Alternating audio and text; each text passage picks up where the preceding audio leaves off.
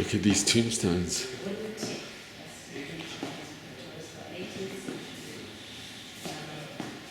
Look at these wooden ticks they have. It's more a Sephardi community. Hey? Yeah. Hey, isn't it? Is it a Sephardi community or Ashkenazi? Yes. It's more Sephardi. Or Sephardi. You can see by the Torah scrolls. Hey?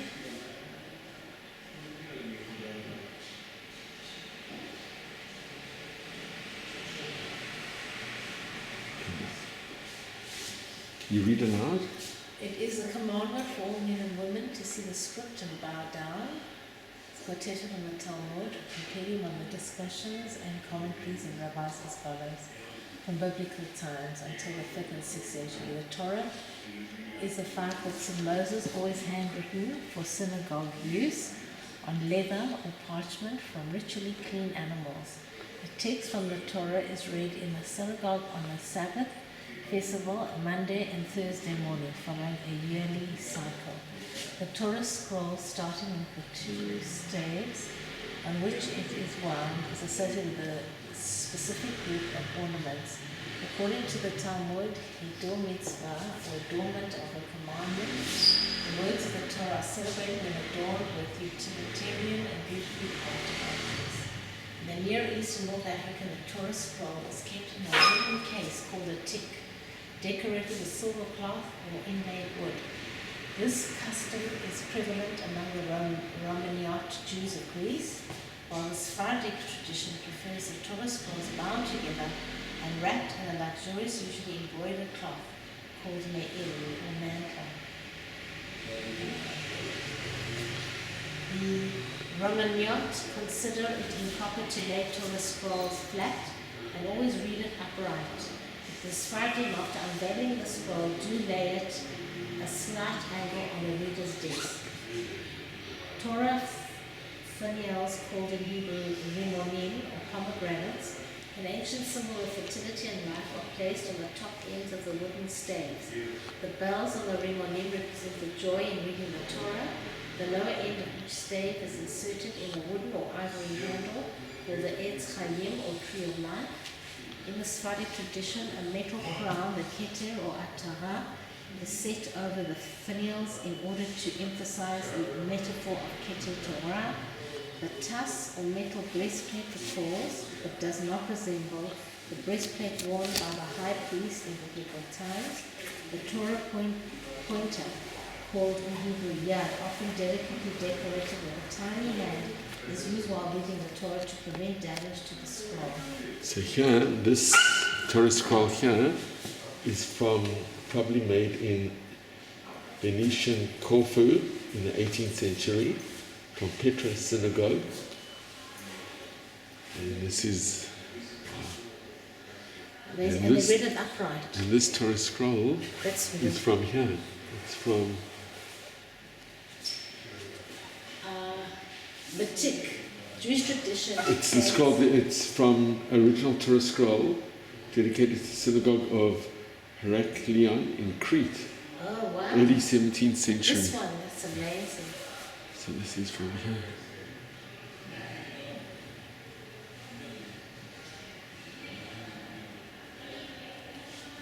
Okay. Look over here. Oh, it's from the Greek word tiki. Oh, from tick, yeah. The wooden tick is decorated.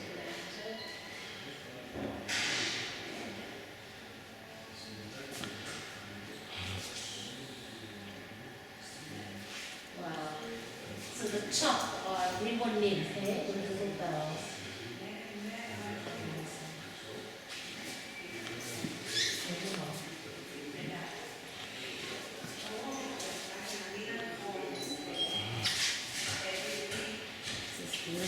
Magnificent.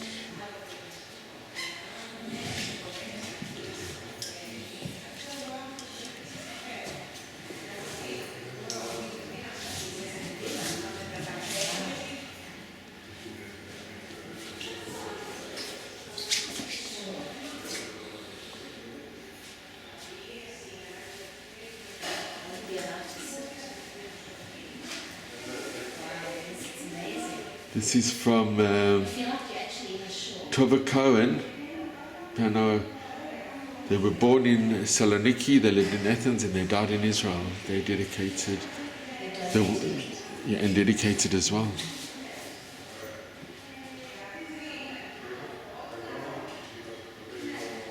In memory of Chaim Avram Cohen, Professor of Dermatology at Jerusalem University.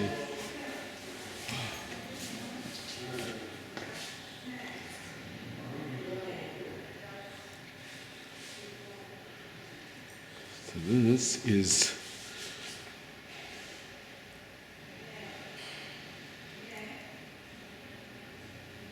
it was donated. Wow. Here's the bima.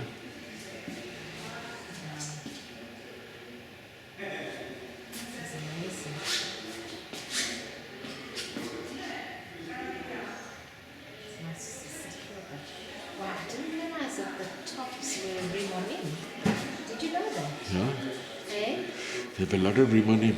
Yeah.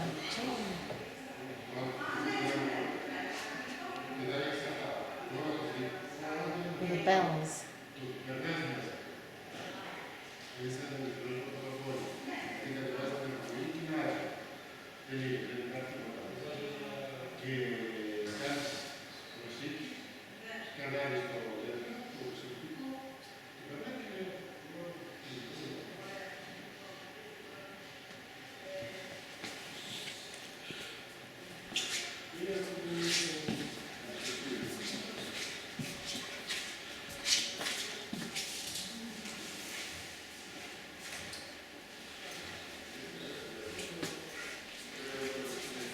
Synagogue of Patras. This was at least. The ancient Jewish community of Patras was destroyed during the early years of the Greek War of Independence, 1821 to 1829. By the end of the 19th century, a small group of Jews had resettled in the city.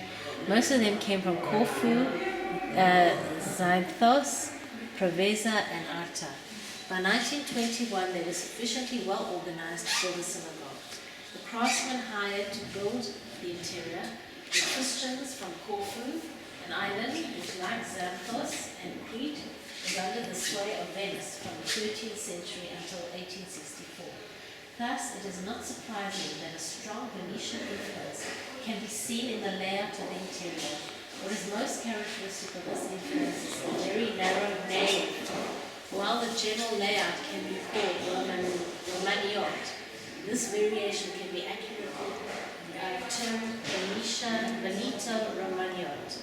Similar interiors could once be found in the synagogues of Xanthos and Hania in Crete. God, we didn't go to Hania in Crete, and they've got synagogues there, Liz. Wow. At the time of the mass arrest of remaining Jews of Greece in March 1944, the Patras synagogues was shut by the Nazis and sealed with all its contents. At the end of the war, only a handful of Jews returned, and the community survived with difficulty until 1979, when a formal dissolution took place.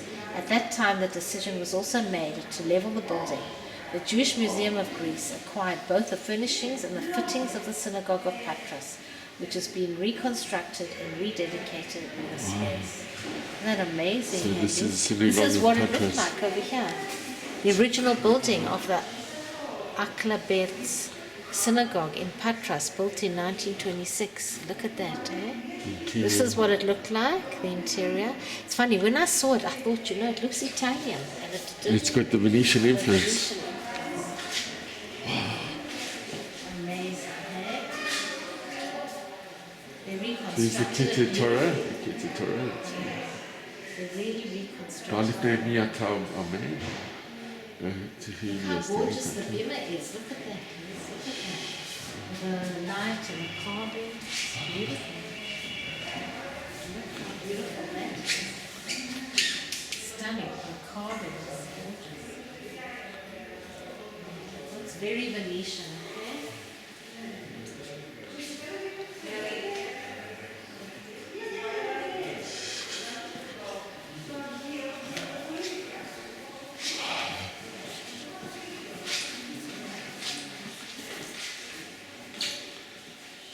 This education room, very beautiful.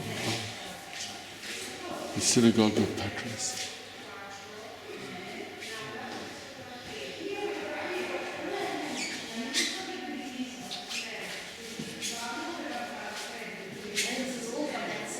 Yeah.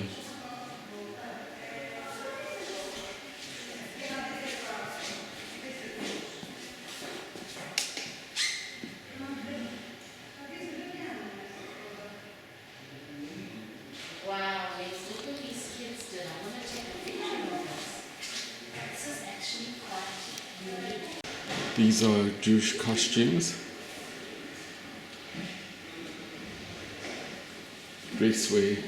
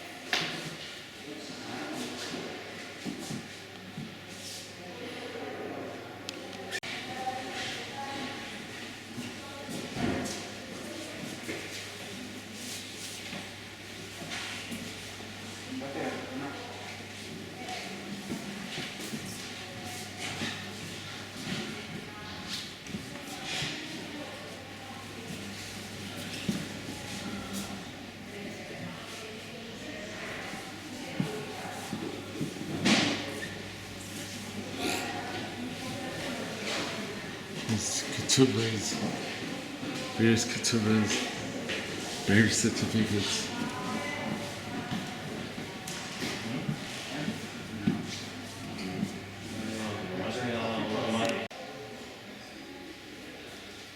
Here is a memory to the Jews of Crete.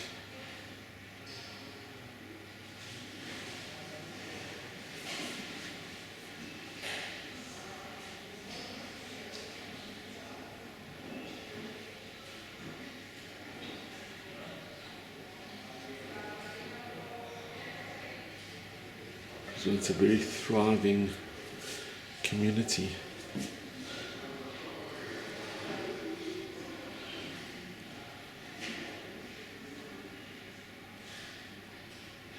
Haggadah of Pesach.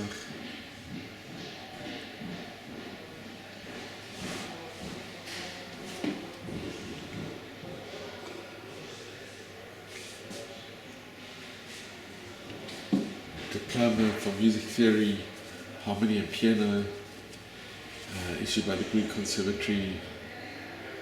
Invitation for the concert for the symphony orchestra. Sisters Julia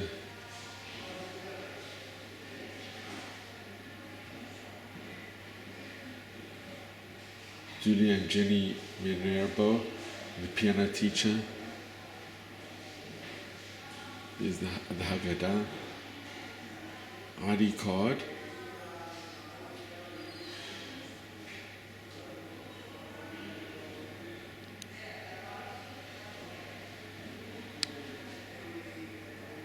Issued by the Greek police in false Christian name to Dimitros Georgiadis in Athens. Tripping of a newspaper in 1934.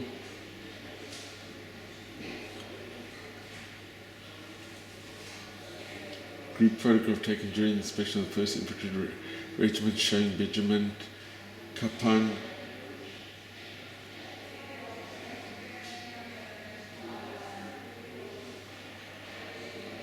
hospital room in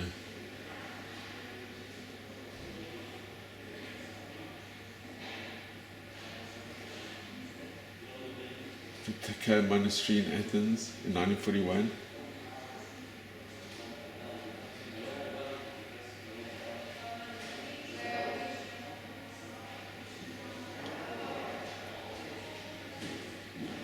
Here's a medal.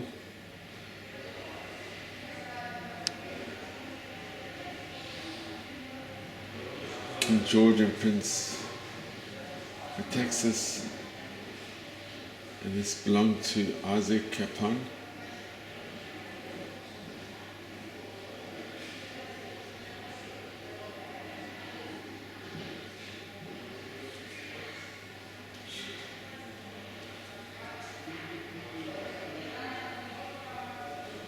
These are family photographs, silver. It's just so amazing, all these postcards.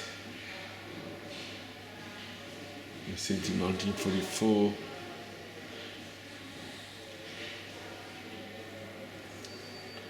A rubber stamp bearing the Star of David in the center and the circumferential Greek inscription, Jewish Communal Assembly of Chania, Kingdom of Greece, issued in the last representation of the Jewish community of Chania. A keyring with a commemorative pen depicting the Greek Prime Minister, 1936.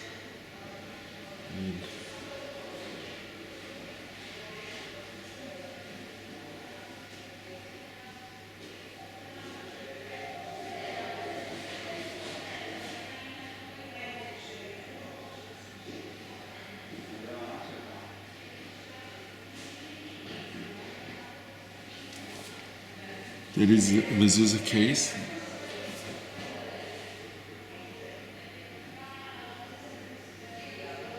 And notebooks, geometry, triangles, protractor, compass, a Greek dictionary which belonged to Marcos, who was 14 years old, Anna 17 years old, and Lorica. These items were saved by Christian classmate Katina Kalaki, whose whole Ishka's family fell victim of the shipwreck of the Tanas, and they perished among with all the Jews of Crete in June the 9th, 1944.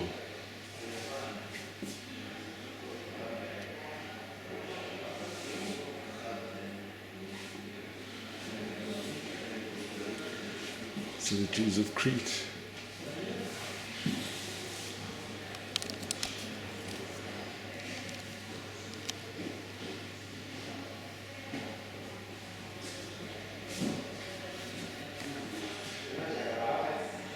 This is the Tanais tragedy.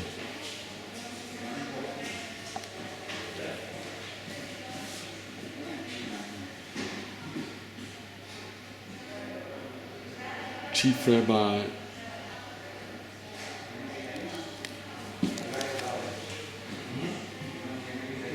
This is the Chief Rabbi Avram Eblagon, Constantinople, in Chania. He's in front of this was in the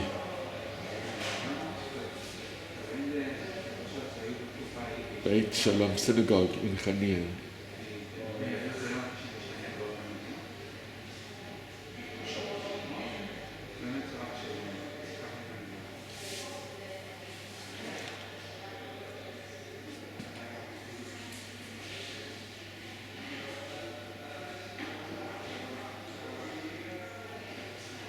And here is a dedication. We have more photos of the Jews of Crete.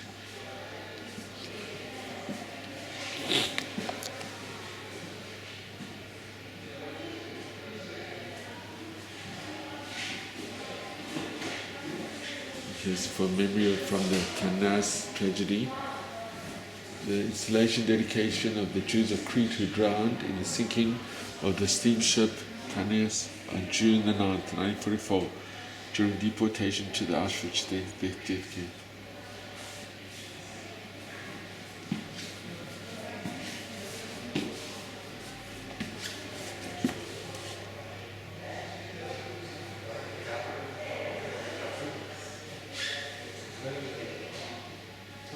Here's it from the cemetery in Crete with Jewish inscription.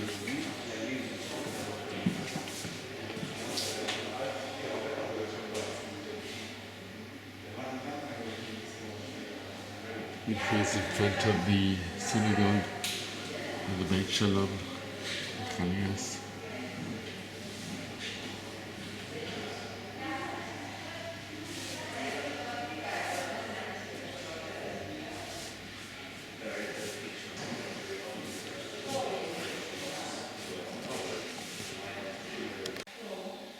So in front of you is the Greek alphabet and the Hebrew alphabet, Aleph Bet. And there are some similarities in the letters.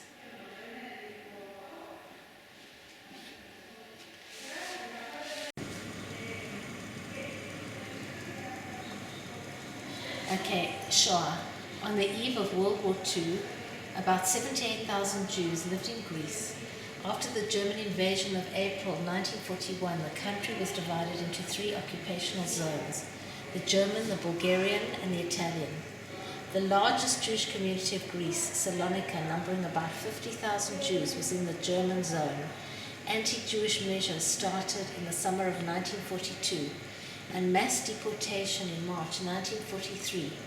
From then until August 1943, 48,674 of the Salonika's Jews were sent to the extermination camps, mainly Auschwitz.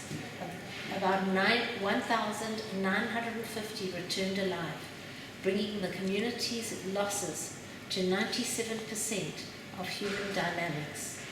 The head of the Greek Orthodox Church, Archbishop Damaskinos, was the only head of a European church to officially demand from the German occupation authorities to stop the persecution of the Greek Jews.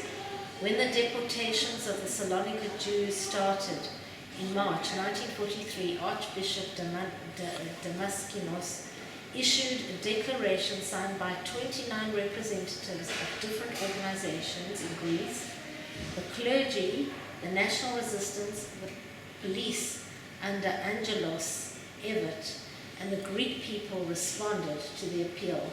Many Greek Christians risked their lives to save their Jewish compatriots. In March 1943, Jews living in the Bulgarian occupation zone of eastern Macedonia and Thrace were deported to the harbour of Lum on the river Danube, handed over to the Germans, and finally reached the extermination camp of Treblinka. Out of 4,200 Jews from these areas, some 200 survived.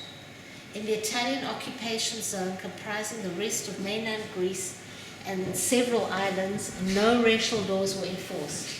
The 12,500 Jews living in the Italian zone came under German rule after the capitulation of Italy in September 1943. From March 1944, mass arrests and deportations started in all the remaining Jewish communities. The ancient Romaniote tradition was annihilated, as 92% of the Jewish population of western and southern Greece was murdered.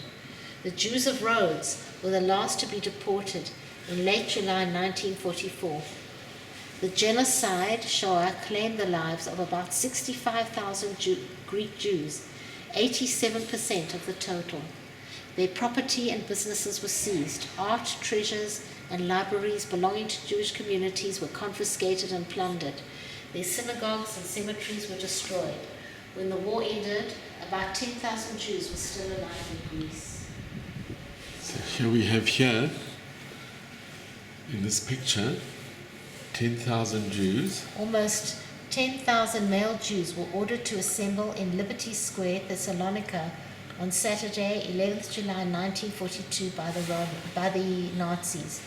They were kept standing under the scorching sun with uncovered heads from 8 p.m. till 2:30 a.m., beaten and forced to perform ridiculous exercises. Several died and others were taken away to forced labor camps. Here's the site of the destroyed Jewish cemetery. The site of the destroyed Jewish cemetery of Thessalonica.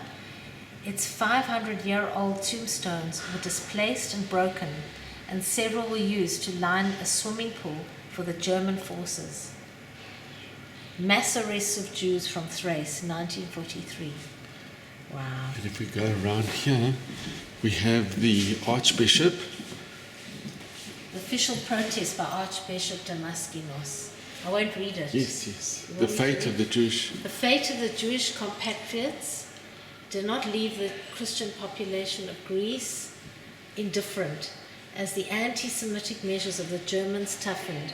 When the deportations began, at first from Thessalonica and later from other areas all over Greece, indignation rose among common people against the treatment of Greek Jews. And that's it. I can't read more because it's hard for me. Okay.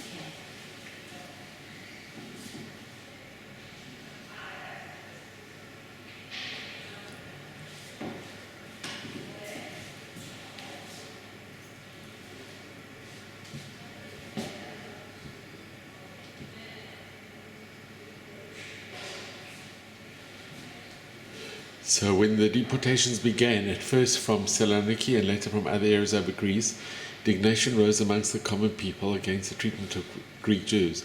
Orthodox monasteries opened their gates to receive and hide Jews, mainly children, trying to escape the Nazis. Orthodox clergy of all ranks protested to the occupation authorities. So, for instance, the metropolite of the Saloniki orally instructed the city's priests to advise their flock that no demonstrations of contempt or discrimination were to be made against Jews. When the Germans made them wear the yellow star,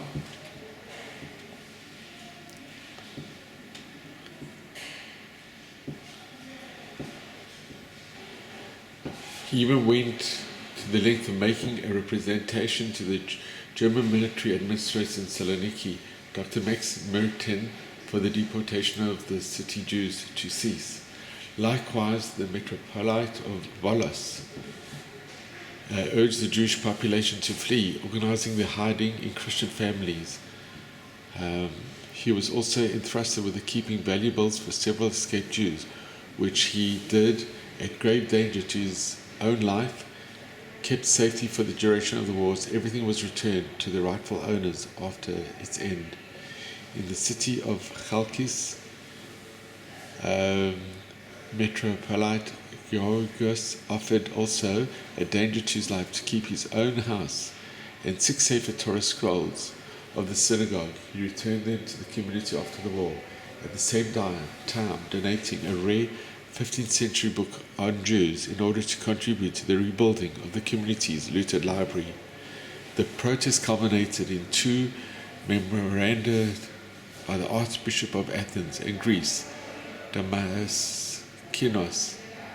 On the 1st of March 1943, the president of the Greek puppet government, Logotheretopoulos, asked him to intervene in the name of the Greek people to the occupation authorities in order for the persecution of the Greek Jews to stop. He went on to defend the Jewish presence in Greek social life, stressing how well Greek Jews had to then integrate it. He further reminded him of the clause in the capitulation document of 41, which stated that the occupation authorities undertakes to protect and honor the property of all Greek citizens, making no distinctions whatsoever. The 2nd of March 24, 1943, to the same effect, went directly to the Reich Plenipotentiary for Greece, Attenborough. Both memorabilia were signed by many leading figures of Greek society, as well as an act which certainly demanded a lot of courage under the reign of terror by the SS. Here we have the yellow star. These are documents.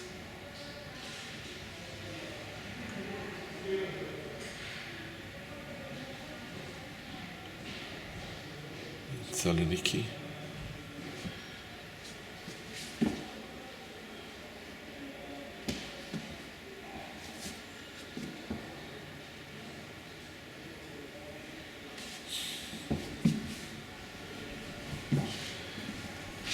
Dedicated in the memory of Jews of Corfu who perished during the Holocaust. And here's a very visual artwork of the Shoah.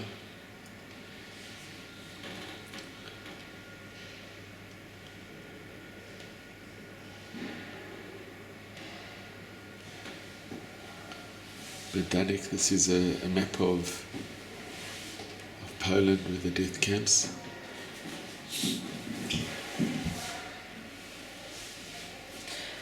Yeah, these are all the artifacts that were found.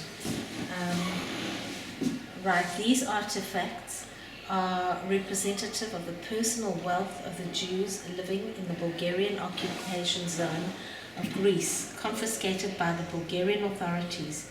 The owners were sent to the extermination camps of Treblinka on the 7th of March 1943. Displayed are bonds, valuables, currency, and personal jewelry.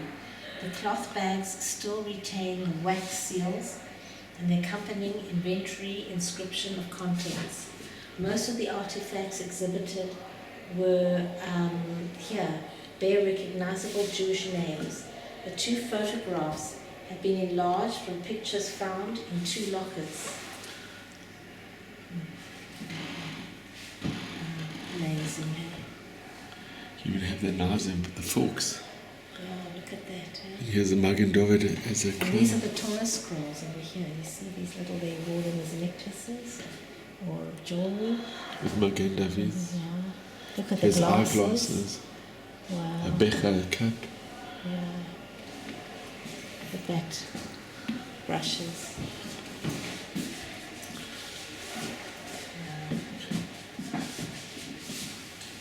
Yeah, this is an interesting story. Let me just see where the story is. I read it here. Oh, here. Okay. These are all artifacts, all things that were left, they were found.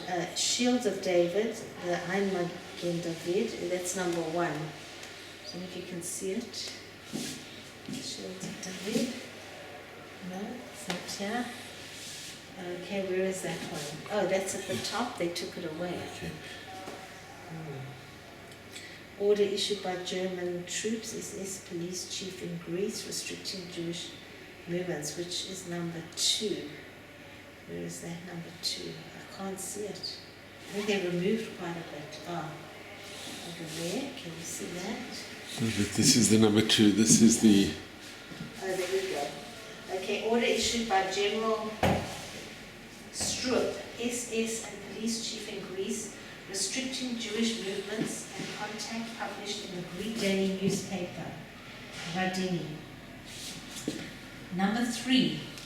3 is over here. Where is 3? 3 on the side, but we can't, can you see it? Oh, here we go. 3. Okay, right.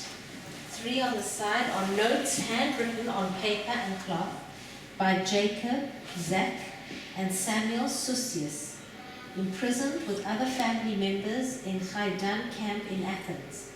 These notes, including the farewell written by Zach Susius and his pocket watch, were sent to Zach's wife, Louisa, before they were all deported to Auschwitz in April 1944. Their names have been included in Haidari prisoners lists drafted by the Greek Red Cross. Bedsheet, number 4. Can you see the bedsheet? Number 4. Where's bedsheet? I can't see number 4. Here, there's the bedsheet over there, that white sheet. White cotton with stamps from Bergen-Belsen Hospital, 1944 to 1945. It says Bergen, yeah. 5 articles of clothing. Right, can you see the articles of clothing there? Can you see all those clothing? Right. Used by Morris Gategno from Thessalonica during the 2 years, 1943 to 1945, he spent with his parents and his sister Flora in the concentration camp of Bergen-Belsen. Then 5A, cap, glove and vest, handmade from Red Cross blanket in Bergen-Belsen. Child's knitted socks and gloves, made in Bergen-Belsen, 1943. Knitted sock, made in Bergen-Belsen. Blankets woven with cheap wool and human hair, made in Bergen-Belsen. Human hair. Wow. Child's knitted socks and gloves, okay, blankets, right. Wooden clogs made in Bergen-Belsen belonged to Morris's father, Alberto Getegno. Right, wow. You see the wooden clogs? Yeah. Okay. Armband, the swastika. That's in the F. And let's see there, it's at the bottom there. Can you see it? Yeah. From Hitler Jugend Division, combatant unit that was enlisted to the SS towards the end of the war. And German Army lapel pin in the shape of swastika, removed by Morris and Flora from a young soldier after the liberation. G, enamel bowls. Can you see the enamel bowls? All right. And cup, used by Morris Getegno in Bergen-Belsen. H, shoemaker's tools, wood and metal, used by Morris Getegno in Bergen-Belsen. Wooden boat, flat wooden pistol, and small wooden clog, carved by Morris Getegno in Bergen-Belsen. Wow, he amazing what he did. Brass menorah, there we go. Found by Edna de Botten, Skiaki, in an abandoned house in Germany in 1945. Wow. Okay. Child's knitted socks, made by Ed Skiaki in Bergen-Belsen, 1943-1945. Drawings in charcoal. That's number 10. Can you see number 10? Yeah. Where is it? There we go. Drawings in charcoal. Right. Made by Alex Kurliansky in Auschwitz. Wow, in Auschwitz. Porcelain cup, standard issue by inmates of hospital for genetic experiments at Auschwitz, issued to Mazel Tov Morda, who kept it after her release in 1945. Cloth towel made from Hessian by Lisa Pinchas in Auschwitz. And postcards sent from Auschwitz-Birkenau by Hella and her daughter Erika Cunha of Salonika to a relative in Switzerland, 1943 and 1944. Unbelievable, hey?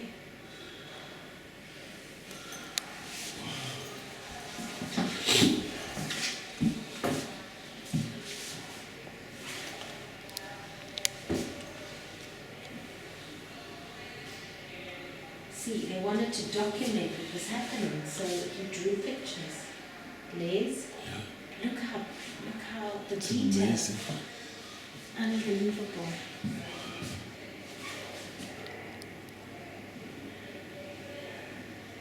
Unbelievable. Wow. That's incredible. Amazing what visual things can do. This is made from human hair as well. It's so heavy. Oh my God. What do you think? Yeah. This is unbelievable. See? Wrought iron transom from a window of a now destroyed house in the Jewish quarter of Corfu. Silver filigree section of Ner Tamid, lamp hanging over the Holy Ark, from Rhodes Synagogue. Where is that? Number 2. Oh, that is that. Okay, wow. Number 3, mezuzah. Can you see the mezuzah? Yeah. Small container affixed to the right doorpost, enclosed in a piece of parchment on which is written the Shema, prayer from Deuteronomy. Wooden mezuzah from Patra Synagogue, mezuzah from Patra Synagogue, tin mezuzah, Siddur prayer book from Lomin. The Italian occupation authorities did not cooperate with the Nazi racist laws in the Italian occupied zone. Italian and Spanish passports were offered to anyone who had the remote association with either nationality. Also, the Greek Commissioner of Athens Police, Angelos Evert, issued false ID cards giving Christian names and identities to Jews. And you've got 5, ID card issued to David Usher, Athens. False ID card issued by David Usher with his name, Demetrius Stavros. False ID card issued to Alfredos Maldor. False ID card issued to Cecil. Propaganda magazine issued by the Nazi occupation authorities with anti-Semitic caricature. Wooden mug in David, a shield of David from Patras, and bronze cup found in ruins of the Polyot Synagogue, Corfu. Section of burnt Sefer Torah from the destroyed synagogue of Rhodes. Rhodes, this is from our Rhodes. Wow. This is amazing, Candice. And here we have the Greek righteous amongst the nations. I would look at this first. This is an interesting story of Xanthos. Xanthos, okay. Okay, yeah. While all over Greece, the persecution and deportation of the Jews had been effectively carried out by Germans, the island of Xanthos became the unique exception. 2 courageous men, the island's metropolite, Christomos Demetrio, and the mayor of Xanthos, Luca Carrera, achieved a feat without precedent. They managed to protect the entire Jewish population of the island from the fate of the less fortunate co-religionists elsewhere. Having studied in Germany, the bishop first earned the German authorities' esteem to make use of it when the need would arise. This occasion was not long to come. In late 1943, the German commanders of the island, the Herens, called the mayor to his office and demanded from him, at gunpoint, a list of all the island's Jews. The mayor and the bishop tried to bide their time, but the Herens would not relent. Those were his orders from the general headquarters. After much soul-searching, for they were in grave danger themselves, the 2 men arrived at the courageous decision. The list would contain only 2 names, Metropolite Xanthos Christamos and Mayor of Xanthos Lucas Carrera. The German commanders were stupefied, together with the open letter addressed Hitler himself,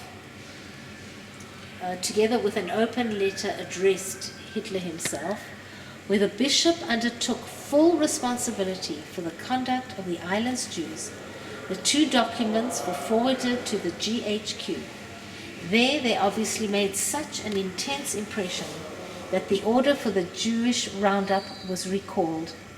Despite that, and for good measure, all of the island Jews were dispersed from the city of Xanthos to the villages, where Christians hid and fed them. That way, thanks to the influence, courage, and determination of the island's 2 leading personalities, as well as that of local population in 275 Jews of Xanthos survived, without a single loss, a war that annihilated their kin elsewhere. Wow, that's an amazing story. There's a picture. Wow. Incredible. That is amazing. Can I just take a picture of this? Wow. Let me just get the reflection on that.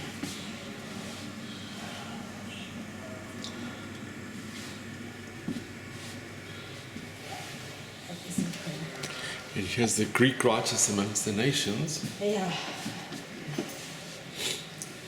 In 1953, the State of Israel recognized officially in the 9th article of Martyrs and Heroes Remembrance Law, Yad Vashem, the term righteous among the nations as the honorary title for the high-minded righteous who risked their lives to save Jews, in spite of the fact that protecting Jews during World War II was considered a heavily punishable crime even by the death sentence.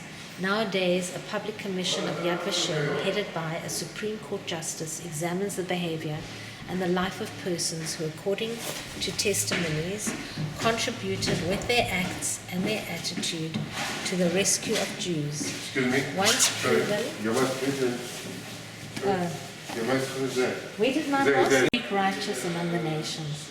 In 1953, the State of Israel recognized officially in the 9th article of the Martyrs and Heroes Remembrance Law Yad Vashem the term righteous among the nations as an honorary title for the high-minded righteous who risked their lives to save Jews in spite of the fact that protecting Jews during World War II was considered a heavily punishable crime even by the death sentence.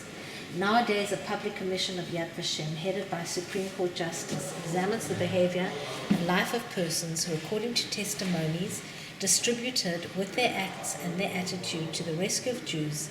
Once proven that the candidate helped without any kind of return, he or she is rewarded in a special ceremony. Individuals recognized as righteous among the nations are awarded in a specially minted medal bearing their name, an honorary certificate, and the privilege of their names being added to the wall of honor in the Garden of the Righteous at Yad Vashem in Jerusalem. The Medal of the Righteous bears inscribed the Talmudic saying, "Whoever saves a single life saves an entire universe." Sanhedrin 37:71.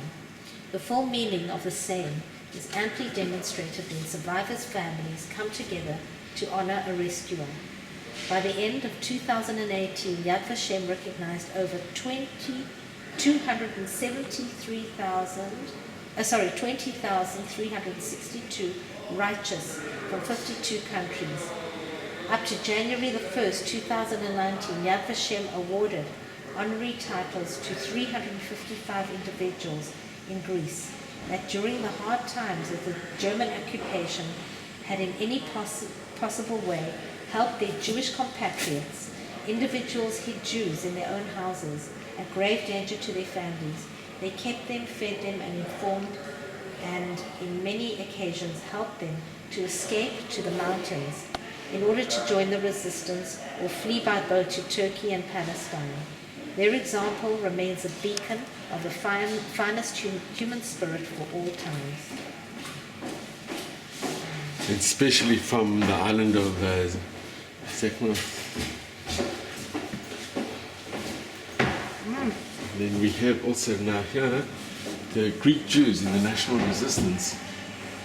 So Jews also fought. Okay.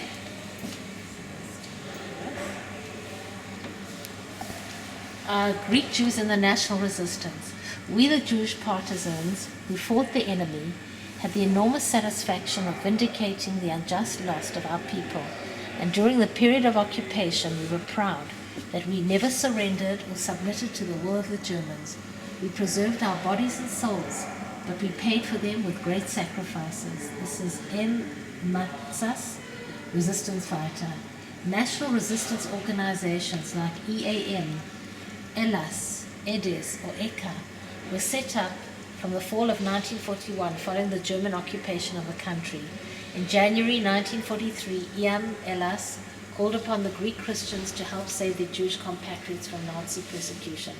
The partisans forewarned community leaders and populations of impending deportations, in many occasions saving scores of lives. The chief rabbi of Athens, Elias Basilai, and Rabbi Moses Pesach of Volos worked closely with the resistance to organize safe escape to the mountains for themselves and their co-religionists. The leaders of several Jewish communities made an appeal to world Jewry to help the Greek resistance acquire equipment.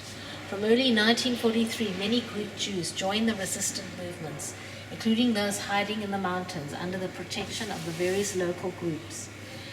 The Greek Jews involved with the resistance are estimated at about 9,000. Up to 650 Jewish men and women fought with the resistance to avenge the persecution of their kin and to liberate their country. They were highly valued on account of their training and high level of literacy. They served in combat units as staff officers, soldiers, and quartermasters, or in auxiliary posts such as public administrators, doctors, nurse, and interpreters between the British and the local resistance.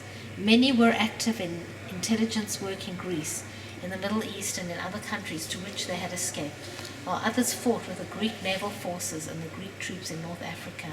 Even though many of the Greek Jews who fought in the national resistance did so under nom de guerre, the real names of several became known later. Louis Cohen from Xanthi, known as Capitan Kronos, Salvatore Bacalas from Ioana, called Sotiris, and many others. An estimated 100 Greek Jews died fighting in the resistance. Sadly, due to the post-war political situation in Greece, most of them remain largely unrecognized and forgotten. Here's a document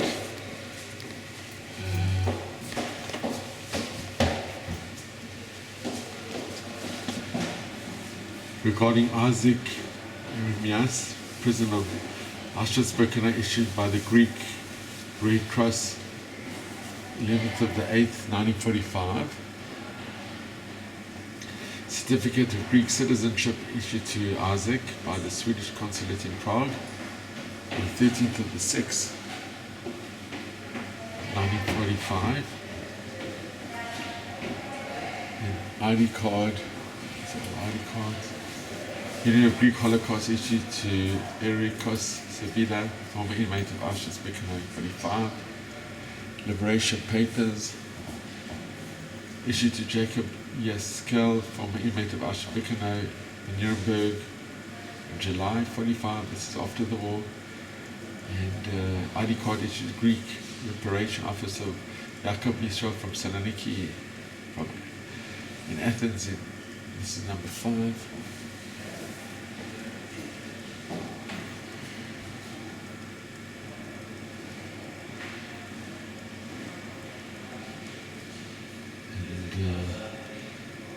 ID card to the Greek Holocaust survivors, Miss Cattell from Adrianopol in 1945, deported persons index card issued to Albertos Mixtel in 1945.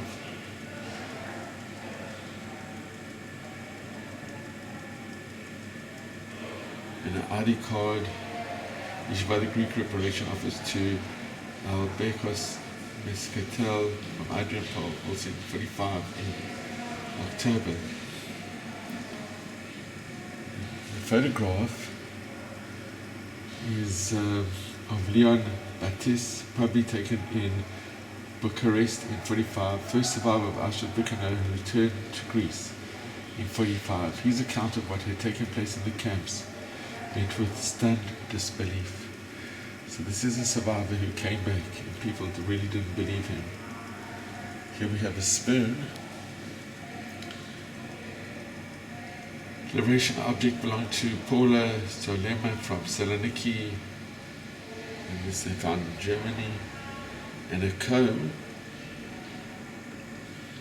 The comb belonged to Paula Solema from Saloniki.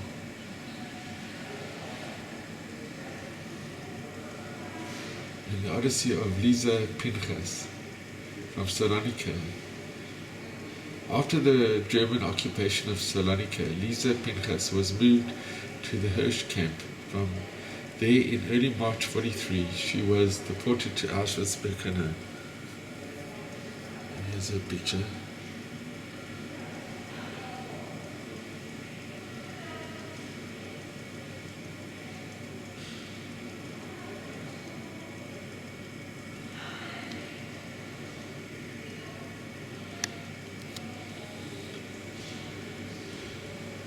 With the approach of the Russian army in January 1945, she was transported first to the camp of Ravensbrück and then to the Reclam camp.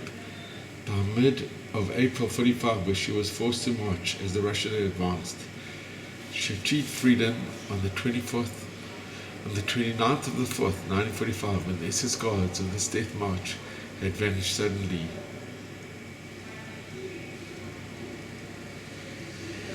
And then she returned to Greece. And the blouse is above, embroidered quotes made by Lisa Pinchas shortly after her return to Greece, an attempt to give herself the courage and inspiration.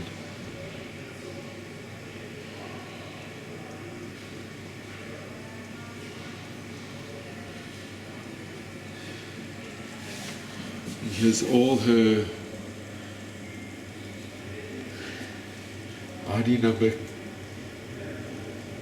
ticket stubs, ID cards, Austrian Red Cross travel pass, telegram. This is all after the war. Immigration card for Palestine, issued in 45, but she never took advantage of it. ID card of UNRWA. ID card of the Union prisoners in Poland. And reparation papers of the Red Cross, which was issued in Athens in 1945. And that is the story of a survivor, Lisa Pinchas, who was born in Saloniki in 1917 and passed away to her eternal resting place in 1980.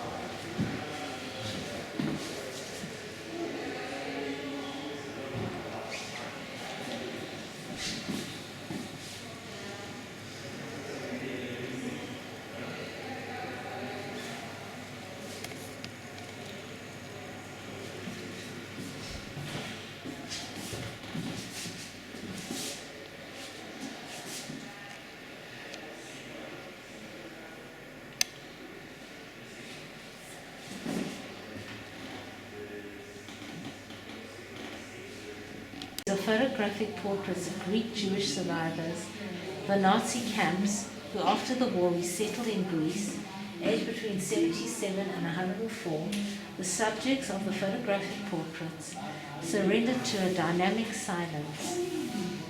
These faces recorded in World War II history unfold their memory in front of the photographic lens. Portraits of Auschwitz survivors, as well as Greek Sephardic Jews who were deported to Bergen-Belsen camp, are on display.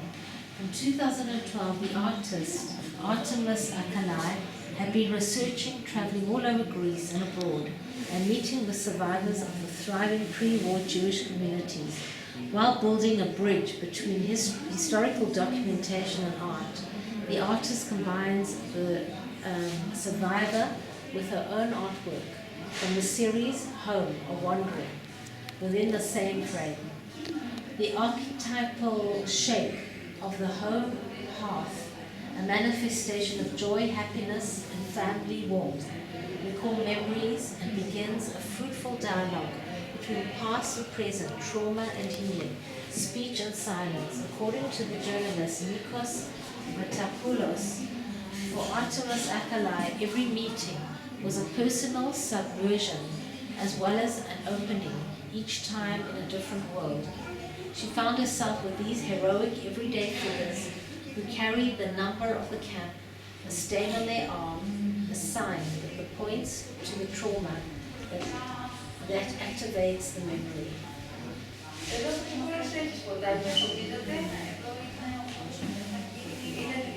Ποιες εκθέσεις είναι εδώ? Και αυτή η ειδική έκθεση. Εδώ εδώ και εδώ θα είναι ο χώρος της περιοδικής έκθεσης. Στους δύο χώρους. Τώρα εδώ θα γίνει κάποια μελέτη γιατί θα είναι γραφές, οπότε θα γίνει κάποια μελέτη από τους αρχιτέκτονες και τους σχεδιαστές της έκθεσης, πώς τοποθετίζονται γιατί είναι μάρμαρα και τέτοια. Δεν ξέρω αν τώρα μπορείτε να επέμβετε εδώ. Την έκθεση αυτό που μας είπε ο Ναι, πώς θα τοποθετήσει. επίσης θα έχουμε ένα παρελθόν ανεξάρτητα από το εβδομάδιο της έκθεσης που θα την περίοδο. Σίγουρα οι ράγες είναι τις παλαιές, είναι παλαιό σύστημα. Here,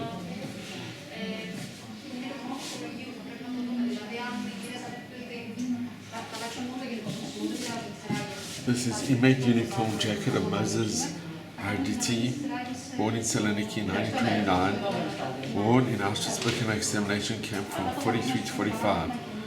In Birkenau, Moses was responsible for transferring dead bodies from the barracks. He was sent along with other 800 inmates, most of them were Greeks, and other non-Polish speaking people to Warsaw to clear the rubble after the suppression of the Warsaw Ghetto uprising in spring 43.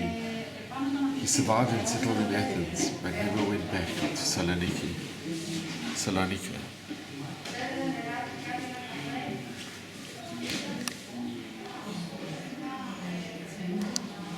You know where most of the Jews died, yes? In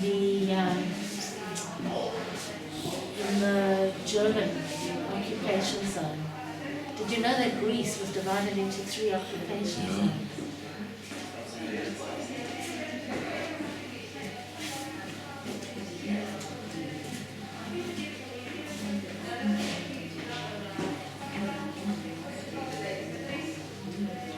It was the Bulgarian, the Italian, and the worst part was the German.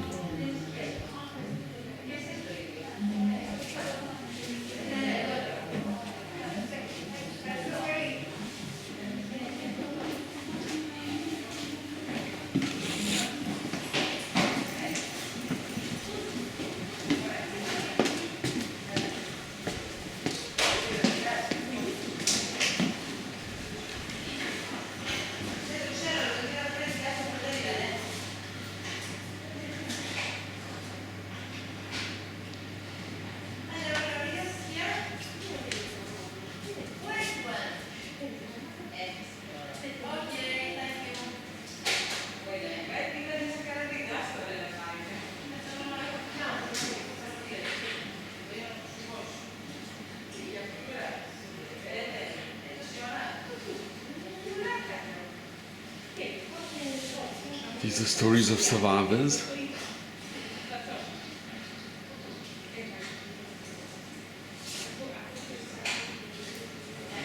Bertha Meyer, born in 1928.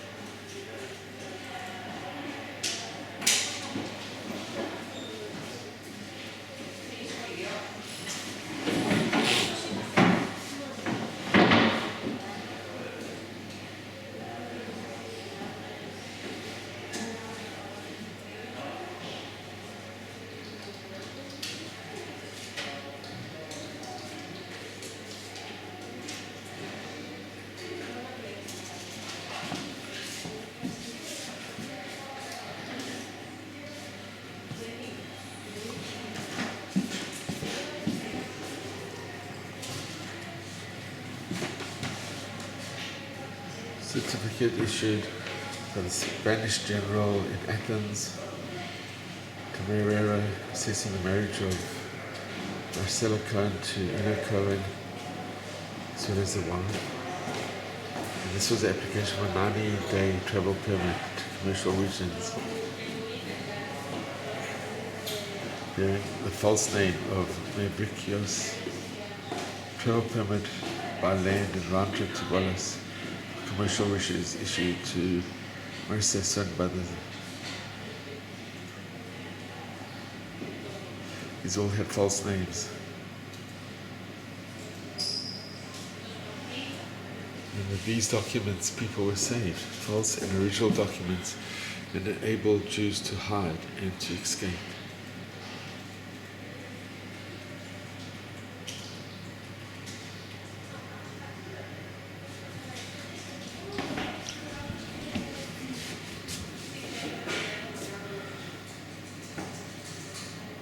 False ID cards issued by the Athens police and different police departments.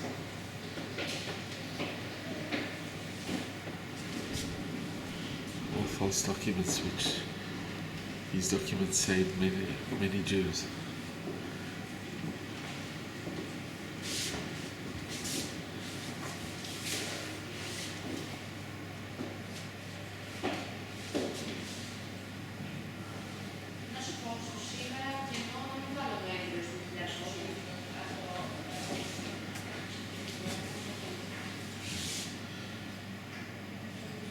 So everyday objects used by the Baptist family while hiding in a Neo, Lero, and Veronas in Athens in 1943-1944.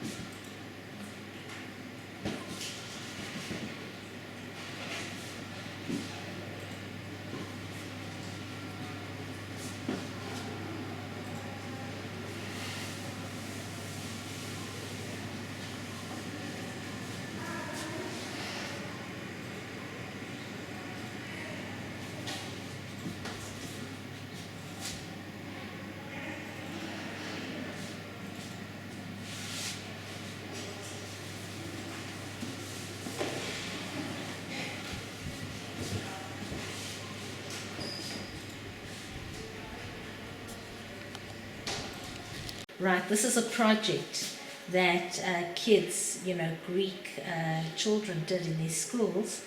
In 2017, they took pictures of children who had perished in the Holocaust, and they drew pictures of them in their memory. So they tried to copy the exact picture with their name on, of what what you can see in the picture, but obviously using colors and because all these pictures are in black and white. So it's really beautiful. It's a lovely way of remembering the children that died in the Holocaust.